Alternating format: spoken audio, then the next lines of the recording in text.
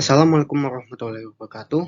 Perkenalkan, nama saya Wildan Ahmad dengan NIM 214301004. Hari ini saya akan mempresentasikan teori dari perusahaan Toyota. Toyota, produsen mobil terbesar di dunia. Toyota telah hadir jauh dalam hampir 80 tahun sejarahnya. Perusahaan meluncurkan mobil penumpang pertamanya model AA pada tahun 1936 meniru desain bodi Airflow Tenggara Chrysler dan mesin Chevrolet 1933. Toyota kemudian mengalami beberapa tantangan termasuk krisis keuangan pada tahun 1950. Namun ketika konsumen menginginkan mobil yang lebih kecil dan lebih hemat bahan bakar selama krisis minyak tahun 1973, perusahaan merespon. Toyota Corona dan Toyota Corolla menawarkan fitur dasar dan bertindak sebagai mobil entry level baru perusahaan. Toyota juga meluncurkan Cressida dengan efisien bahan bakar yang diinginkan konsumen, tetapi ruang dan fasilitas seperti AC dan radio AM/FM. Selama tahun 1980-an dan 1990-an, Toyota secara bertahap menambahkan lebih banyak model mulai dari harga, ukuran, dan fitur. Pada tahun 1982, perusahaan memperkenalkan Camry, mobil 4 pintu berukuran sedang yang menawarkan lebih banyak ruang daripada Corona, dan menjadi mobil penumpang terlaris di Amerika Utara. SUV populer pertama perusahaan, 4Runner, muncul pada tahun 1984 dengan tampilan dan tindakan yang mirip sebuah truk pickup. Ini kemudian berubah menjadi lebih dari kendaraan penumpang dan memimpin jalan untuk RAV4, Highlander, dan Land Cruiser.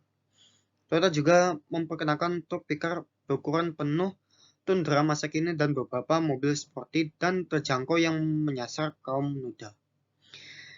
Pada tahun 1989 meluncurkan Lexus, divisi mewahnya, menjadikan pengalaman tak tertandingi dimulai dengan perawatan sarung tangan putih di dealer.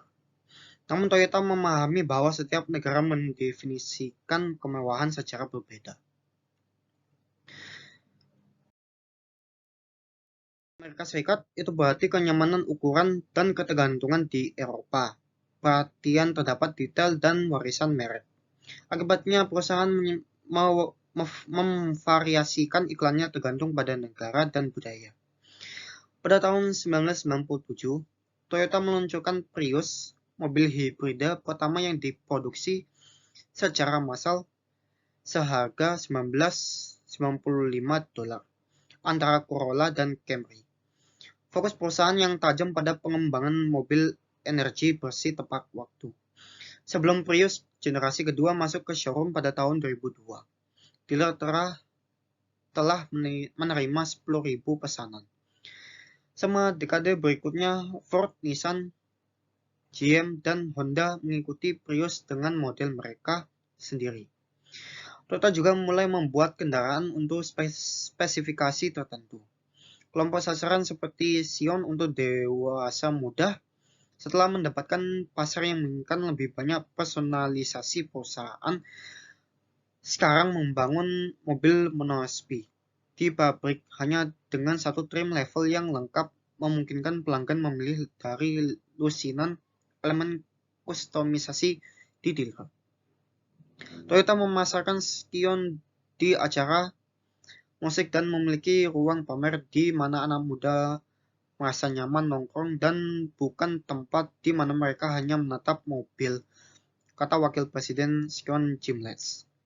Alasan besar lainnya di balik kesuksesan Toyota adalah penguasaan lean manufaktur dan perbaikan terus-menerus. Pabriknya dapat membuat 8 model sekaligus, membawa peningkatan besar dalam produktivitas dan daya tanggap pasar. Perusahaan juga terus berinovasi. Jalur perakitan khas Toyota membuat ribuan perubahan operasional dalam setahun. Karyawan melihat tujuan mereka ada 3.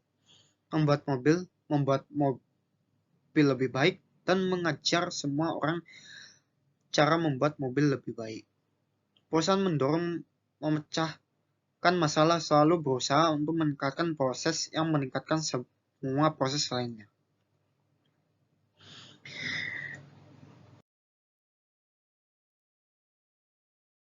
Toyota telah mengintegrasikan pabrik perakitannya di sekitar dunia menjadi satu jaringan raksasa yang dapat menyesuaikan mobil untuk pasar lokal dan mengalihkan produksi dengan cepat untuk memenuhi lonjakan permintaan dari pasar di seluruh dunia.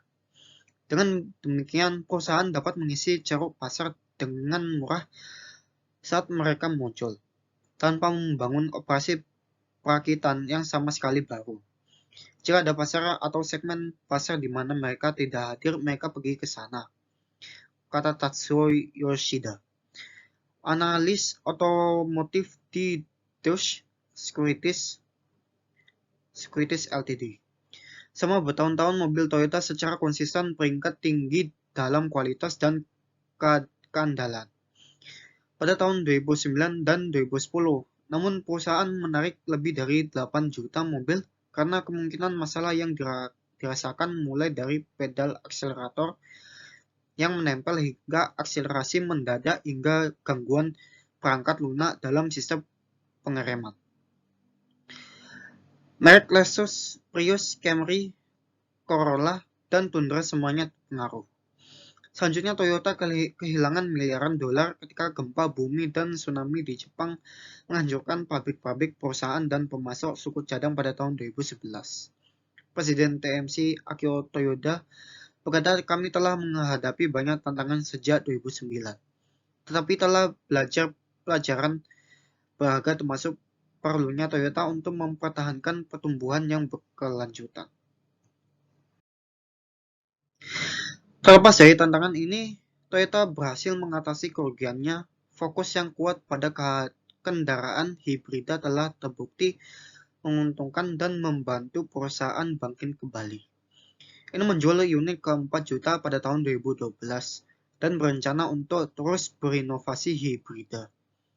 Percaya ada lebih banyak keuntungan yang bisa kita capai dengan hibrida. Saat ini, Toyota menawarkan jajaran lengkap mobil untuk pasar global, mulai dari sedan keluarga dan kendaraan sport hingga truk dan minivan.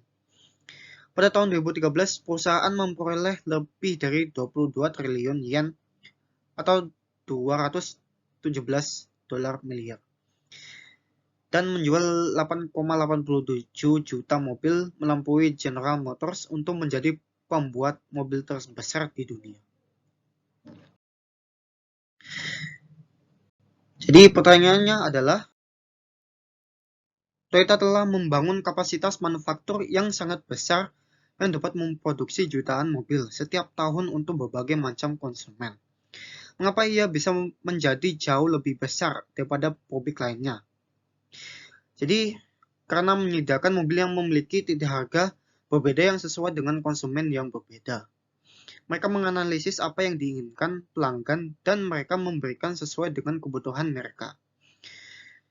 Perusahaan Toyota terus melakukan perbaikan pada produknya. Selain itu, Toyota dapat membuat beberapa model yang beberapa pada saat yang sama membawa peningkatan besar dalam produktivitas dan daya tanggap pasar. Dan Toyota terus berinovasi. Selanjutnya adalah, apakah Toyota telah melakukan hal yang besar dengan membuat merek mobil untuk semua orang? Mengapa atau mengapa tidak? Jadi menurut perusahaan Toyota melakukan hal yang benar dengan membuat merek mobil untuk semua orang. Mereka memproduksi berbagai macam mobil baru yang menarik yang akan membuka mata dan pikiran orang. Mereka menganalisis apa yang dibutuhkan pelanggan dan mengembangkan mobil berfitur yang sama dengan harga yang sebanding. Mereka membagi segmen pasarnya. Ya, itu saja dari presentasi dari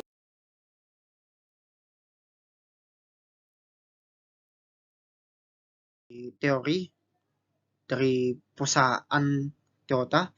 Sekian dari saya. Terima kasih. Wassalamualaikum warahmatullahi wabarakatuh.